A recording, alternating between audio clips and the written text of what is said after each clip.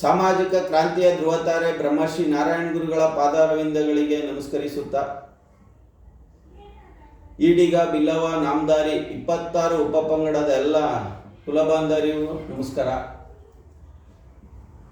ಈಗ ನಿನ್ನೆಯಿಂದ ನಾವು ಸಾಮಾಜಿಕ ಜಾಲತಾಣದಲ್ಲಿ ಒಂದು ಲೆಟರ್ ನೋಡಿದ್ವಿ. ಕರ್ನಾಟಕ ಪ್ರದೇಶ ಆರ್ಯ ಈಡಿಗ ಸಂಘದ ಸಂಘಟನಾ ಕಾರ್ಯದರ್ಶಿ ರಾಜಪ್ಪ ಚಿಕ್ಕಮಂಗ್ಳೂರವರು ಅವರ ಹುದ್ದೆಗೆ ರಾಜೀನಾಮೆ ನೀಡಿದ್ದಾರೆ. ಆ ರಾಜೀನಾಮೆ ನೀಡಿದ ಉದ್ದೇಶ ಆ ಲೆಟರ್ ಬರೆದಿದ್ದಾರೆ. ಏನಂತ ಬರೆದಿದ್ದಾರೆ? ಈಡೀಗ ಸಂಘದಲ್ಲಿ ಉಸಿರು ಕಟ್ಟುವ ವಾತಾವರಣ ಇದೆ, ನಮಗೆ ಕೆಲಸ ಮಾಡೋದಕ್ಕೆ ಅವಕಾಶ ಸಿಗ್ತಾ ಇಲ್ಲ, ಸಂಘಟನಾ ಕಾರ್ಯದರ್ಶಿಯಾಗಿ ಎಲ್ಲ ಜಿಲ್ಲೆಗಳಲ್ಲೂ ಹೋಗಿ ಸಂಘಟನೆ ಮಾಡೋದಕ್ಕೂ ಅವಕಾಶ ಮಾಡಿಕೊಡ್ತಾ ಇಲ್ಲ. ಆಮೇಲೆ ಇವಾಗ ಇನ್ನೊಂದು ವಿಷಯನೂ ತಿಳಿಸಿದ್ದಾರೆ. ಅದರಲ್ಲಿ ಪ್ರಮುಖವಾಗಿ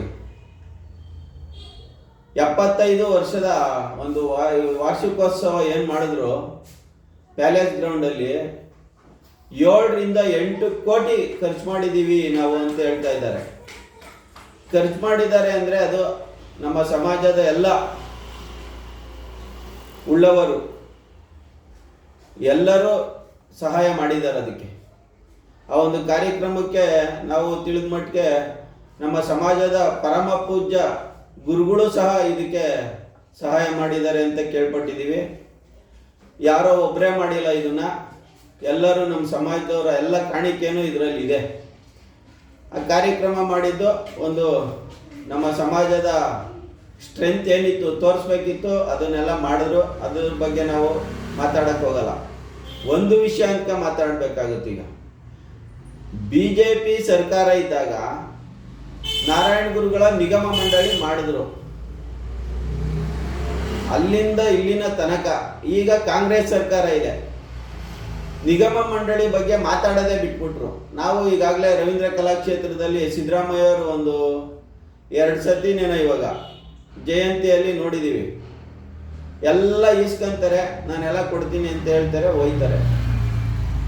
ಒಂದು ವಿಷಯ ತಿಳ್ಕೊಳ್ಳಿ, 7-8 ಕೋಟಿ ಖರ್ಚು ಮಾಡಿ ನಮ್ಮ ಸಮಾಜದ ಸ್ಟ್ರೆಂತ್ ತೋರಿಸಿ ಇವ್ರೇನು ಮಾಡಿದ್ರು ಸಮಾಜಕ್ಕೆ? ಈ ಸಮಾಜಕ್ಕೆ ಏನು ಮಾಡ್ತಾ ಇದ್ದಾರೆ ಕೆಳವರ್ಗದವ್ರಿಗೆ?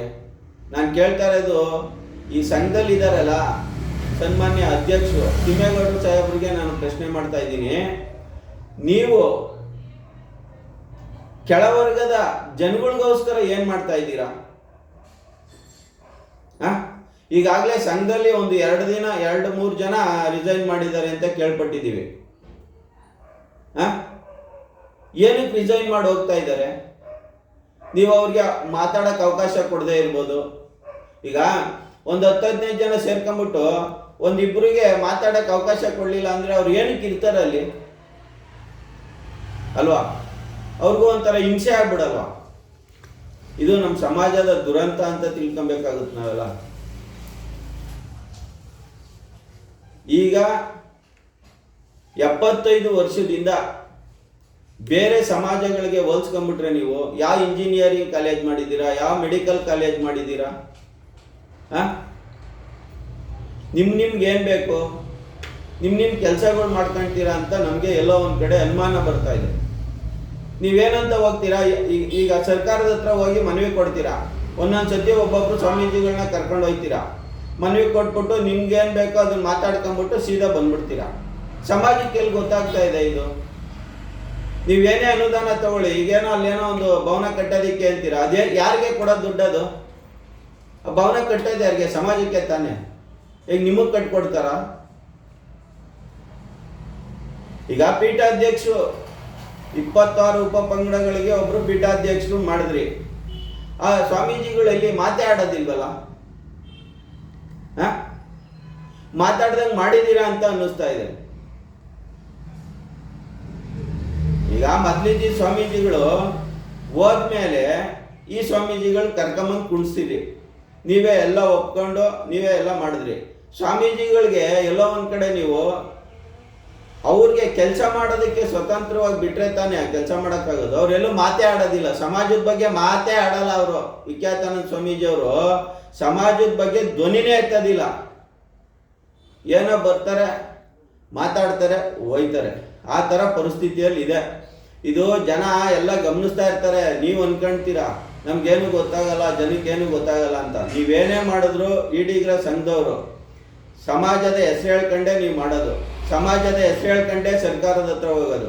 ನಾನು ಇನ್ನೊಂದು ಮನವಿ ಮಾಡ್ತಾ ಇದ್ದೀನಿ, ಈ ಸರ್ಕಾರದಲ್ಲಿ ನಮ್ಮ ಸಮಾಜದವ್ರು MLAಗಳಿದ್ದಾರಲ್ಲ, ನಿಮಗೆ ಕೈ ಮುಗಿದು ನಾವು ಮನವಿ ಮಾಡ್ತಾ ಇದ್ದೀವಿ, ಅಧಿಕಾರ ಇದ್ದಾಗ ಏನಾದರೂ ಮಾಡಿ, ಸಮಾಜಕ್ಕೆ ಮಾಡಿ, ಕೆಳವರ್ಗಕ್ಕೆ.